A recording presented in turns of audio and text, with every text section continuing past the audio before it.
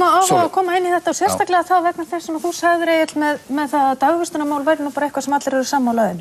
Það nú bara einfaldlega ekki þannig. Það var ekki svoleiðis, en það svoleiðis núna. Nei, það ekki þannig ennþá vegna þess að nú til dæmis, ef við tökum bara hið margrómaða golfvallarmál hérna upp, þar sem að þú kannski mistir af þar sem þú varst í útlöndum, en þar sem að borgarstjórn samþykkti núna að setja 50 milljónir króna í stækkun á golfvelli á Korpúlsstöðum. Miklu hærri upphæð. 50 milljónir á þessu ári, 230 milljónir í allt.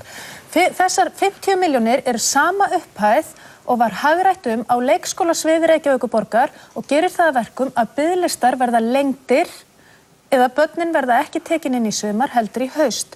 Gerir það að verkum að við erum að fresta börnunum í borginni til þess að geta stækkað golfvöll.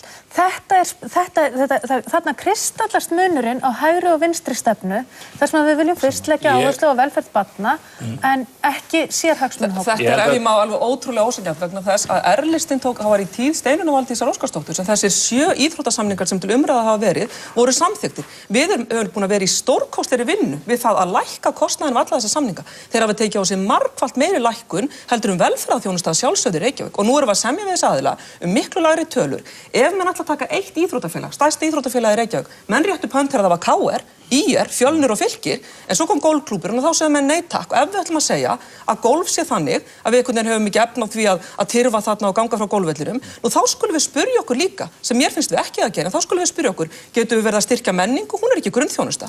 Við getum ekki tekið eitt félag vegna þess að hljómar vel. En við hljótum að verða samt að taka börnin í fyrsta sæti og svo skulum við Ég held að enginn hafi ákveðið það að byggja golfvöll svona á kostnað barna og segja bara byggjum golfvöll, við erum vond við börn. En það miklu frekar þannig að þetta bara, svona pólitík, að menn hygla vinum sínum og vinir okkar eru missiðlausir og Sjálfstæðisflokkurinn hefur náttúrulega lent dálítið mikið í því að þurfa að verja siðlausa vini og þurfa að búa til svona og tala á ákveðnu svona pólitísku dulmáli Sjálfstæðisflokkurinn bjó ekki til þennan samning, Sigurjón. Á svona leiðilegan hátt. En ég bara segi hérna að við munum alveg örugglega hygla vinum okkar mjög mikið í Bestaflokkunum og við munum hafa spillingun á borðinu en við ætlum að spillingun á borðinu, ekki fyrir neðan. Já, nei og maður hafa þetta alveg upp á borðinu en við eigum bara ekki siðlausa vini. Þetta er eitt af því sem svo leiðilegt við stjórnmál.